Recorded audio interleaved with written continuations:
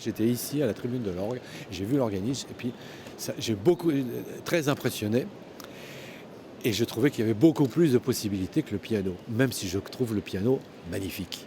Mais c'est un autre monde.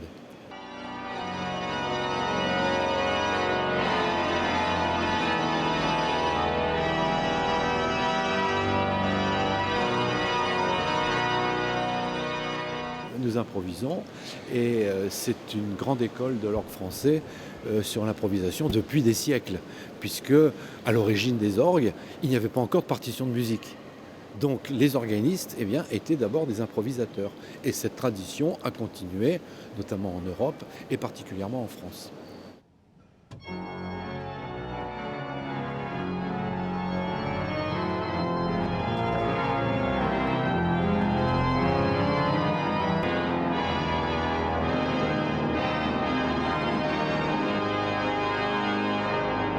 Notre-Dame est différent dans la mesure où c'est l'un des seuls orgues qui a gardé encore toute la trace des siècles, un peu comme la cathédrale. Et ça, c'est le premier point. Donc on a à la fois des sonorités de l'époque avant la Révolution, on a aussi des sonorités du 19e siècle, comme dans l'orchestre symphonique, pour la musique symphonique, et on a tous les apports récents du 20e siècle. Donc on a 3-4 siècles de musique, mais très authentique.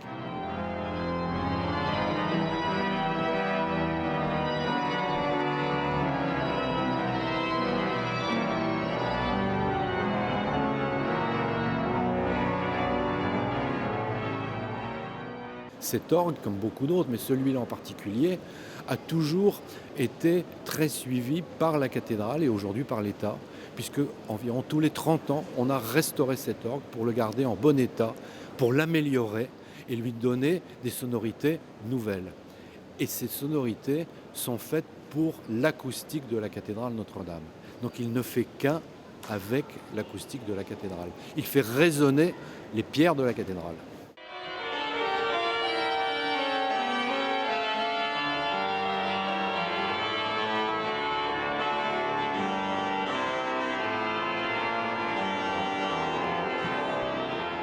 Ici à Notre-Dame, lorsqu'on joue un accord, une sonorité, il y a une acoustique qui dure 8 à 9 secondes de résonance.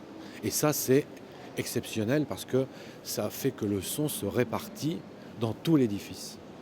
Et on ressent ça quand on joue. C'est-à-dire quand on joue, ce son vous revient.